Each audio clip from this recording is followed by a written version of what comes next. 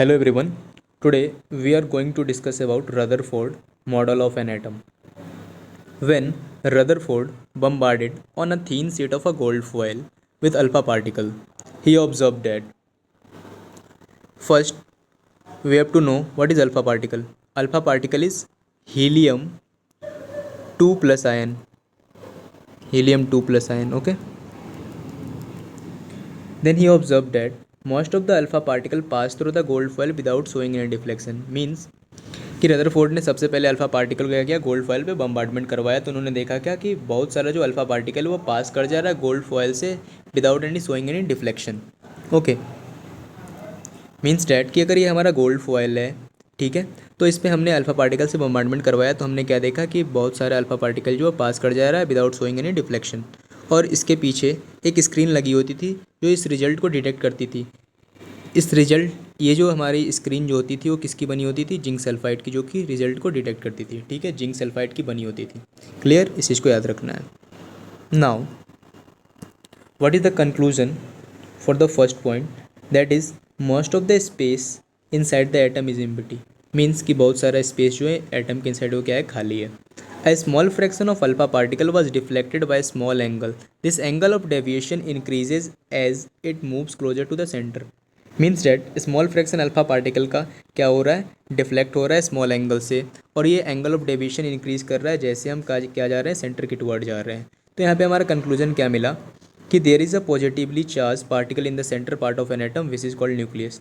भाई तो डिफ्लेक्शन क्यों हो रहा है, तो इससे हमें कंक्लूजन क्या मिला, डिफ्लेक्शन इसलिए हो रहा है, डेविएशन और एंगल ऑफ डेविएशन इंक्रीज क्यों कर रहा है, इस कारण कर रहा है क्योंकि हमारे सेंटर में पॉजिटिव चार्ज होगी, तभी तो ये डिफ्लेक्शन हो रहा होगा, और उसको हमने नाम क्या दिया, न्यूक्लियस नाम दिया. क्लियर.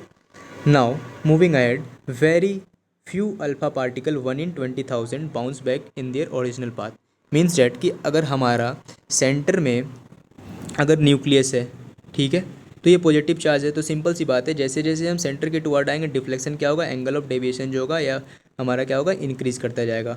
और very few alpha particle bounce back, 20,000 में से एक क्या होगा, अपने पाथ पे क्या हो जाएगी, बाउंस बैक, मतलब अपने पाथ पे रिटर्न आ जाएगी. क्यों आ जाएगी, सिंपल सी बात है कि भाई helium 2 plus ion alpha particle है और सेंटर पे क्या है हमारा, न्यूक्लियस है. मीन्स डेट पॉजिटिव चार्ज है, तो डिफ्लेक्शन तो होगा ही भाई, और डिफ्लेक्शन जो होगा एंगल ऑफ डेविएशन जो होगा इंक्रीज करेगा सेंटर के टुवर्ड मूव करने पे, और जैसे हम सेंटर पे आएंगे वैसे क्या होगा, जो हमारा अल्फा पार्टिकल होगा वो बाउंस बैक हो जाएगा. क्लियर.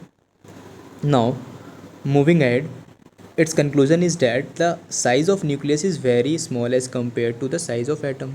जो साइज़ ऑफ एटम है हमारा, उसके कंपैरिजन में न्यूक्लियस का साइज़ बहुत ज़्यादा क्या है, स्मॉल है. क्यों है, क्योंकि यहाँ पे हमने रिजल्ट देखा कि 20,000 में से एक ही तो बाउंस बैक जा रही है, इस कारण से हमने क्या निकाला, कंक्लूजन निकाला. Clear. Now moving ahead, on the basis of alpha particle scattering experiment, Rutherford, spelling mistake here is, okay, Rutherford put forwarded a theory in 1911. According to the theory, an atom is spherical with most empty space. एक atom क्या होता है, spherical होता है, गोल होता है, और उसके अंदर बहुत सारा स्पेस क्या होता है, खाली होता है. क्लियर. जो पीछे हमने एक्सपेरिमेंट किया उसके बेसिस पे हमने पुट फॉरवर्ड थ्योरी कर रखा है. ठीक है.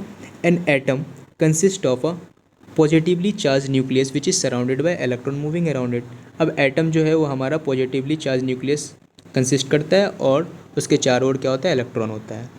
Third point, the total mass of an atom remains concentrated in the nucleus. जो टोटल मास जो होता है एटम का वो कहाँ कंसंट्रेट होता है, तो न्यूक्लियस पे होता है. Clear. Effective size of nucleus is very small as compare to the size of an atom. ये हमने थर्ड रिजल्ट में भी देखा था. तो अब यहाँ देखें साइज ऑफ एटम कितना होता है हमारा, 1 angstrom. 1 angstrom means 10⁻⁻10 metre. Clear. 1 FM means 10⁻⁻15 metre. जो हमारा साइज ऑफ न्यूक्लियस होता है वो कितना होता है, 10⁻⁻15 मीटर होता है. अगर यहाँ पे हम देखें साइज़ ऑफ जो हमारा एटम है वो कितना है हमारा, 10⁻⁻10 मीटर है, डैट इज़ 1 एंगस्ट्रॉम. और साइज़ ऑफ जो हमारा न्यूक्लियस है वो कितना है भाई, वो हमारा है 1 FM, दैट इज़ 10⁻⁻15 मीटर.